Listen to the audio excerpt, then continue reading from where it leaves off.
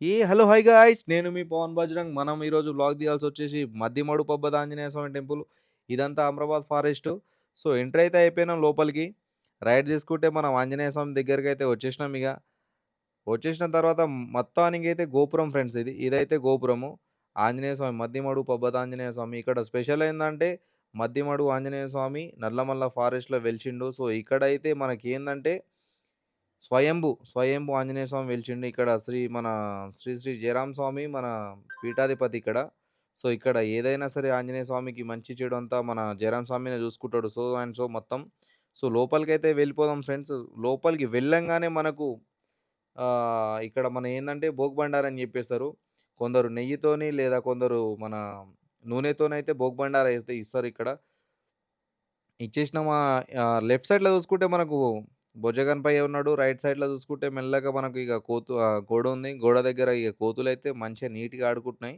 ఇక అది అయిపోయిన తర్వాత మెల్లగా ఇక చేసుకుందామని చెప్పేసి మనం కూడా ఇక స్టార్ట్ చేద్దామని ప్రదక్షిణాలు మనం కూడా స్టార్ట్ చేసినాం ప్రదక్షిణాలన్నీ. మెల్లమెల్లగా చేసుకుంటే ఇక మా మామ, నేను, మా అత్తమ్మ ముగ్గురం. ఎనకాల మా మమ్మీ గూడా ఉంది. సో, భోగి ఇచ్చే టైం అయితే అయిపోయింది.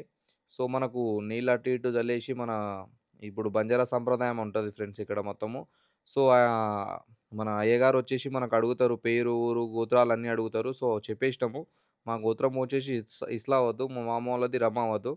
అదయిపోయిన తర్వాత ఇగ మొత్తానికైతే మొక్కేసినాం మా కోరికలన్నీ.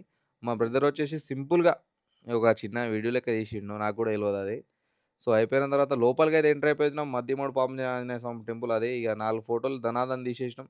మొత్తం అయిపోయిన తర్వాత ఇగ దర్శనం అయితే అయిపోయింది ఆంజనేయ స్వామిది. కంప్లీట్‌గా చేసుకున్నాం. ఇగ లెఫ్ట్ సైడ్‌లో చూసుకుంటే మనకు అమ్మవారు, మనకు ఆంజనేయ స్వామి ఎప్పుడూ తోడుగుంటది.